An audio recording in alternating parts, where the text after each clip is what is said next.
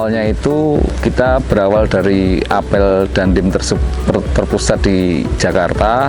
Kita diberikan video tentang SPPG waktu itu di Warung Kiara, tentang adanya dapur makan bergizi ini bisa menggerakkan ekonomi di seputaran dapur ini. Nah, konsep kita bahwa dapur yang ada nanti di seluruh Kabupaten Ngawi ini tentunya akan membutuhkan bahan baku baik dari pertanian, peternakan maupun perikanan.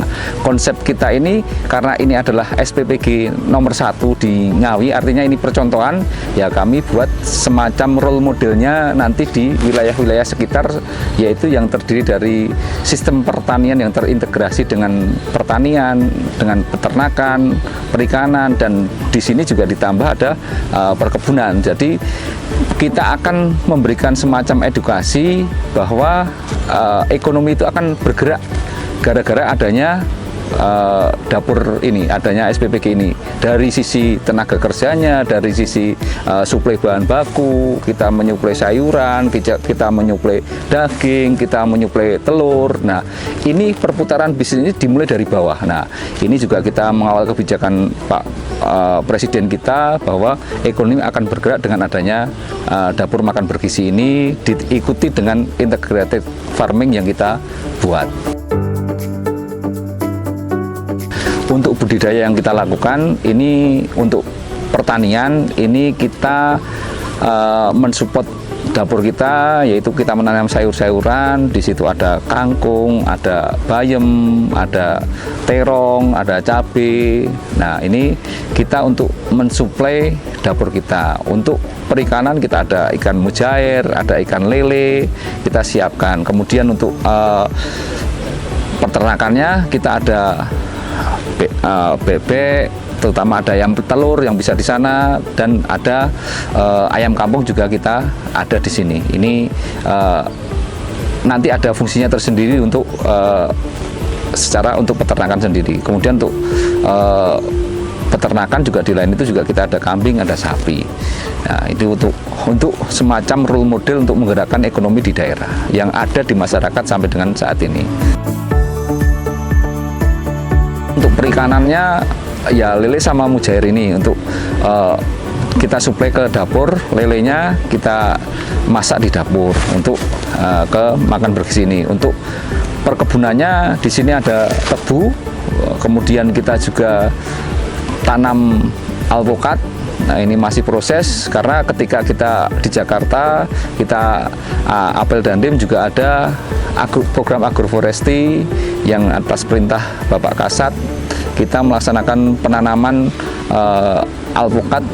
Kita menanam pohon itu merupakan sedekah udara, tetapi kita juga dari sisi ekonomis mudah-mudahan alpukat ini berbuah, bisa kita budidayakan kemudian kita jual ke masyarakat. Bahkan kita juga bisa buahnya nanti kita gunakan untuk manfaat untuk makan bergizi ini, karena di salah satu menunya juga ada buah. Dari makan bergizi ini kan tentunya ada limbah-limbah yang ada limbah kebanyakan ya organik ya, kebanyakan organik. Yang contohnya nih limbah sisa nasi, sisa-sisa sisa-sisa daging yang tidak dimakan anak-anak ini kita siapkan itik ayam kampung, kita siapkan, kita kasih makan itu. Kemudian sisa-sisa kulit yang habis, sisa-sisa sayur yang tidak digunakan kita olah menjadi kompos. Kemudian sisa organik yang tidak bisa dimakan oleh ternak secara langsung tadi kita siapkan untuk ke magot nanti. Tapi baru proses, kita juga baru belajar. Kemudian kemarin kita sudah di IPB ada pelatihan juga, kita peternakan magot. Nah, ini akan kita sirkulasi untuk ke perikanan.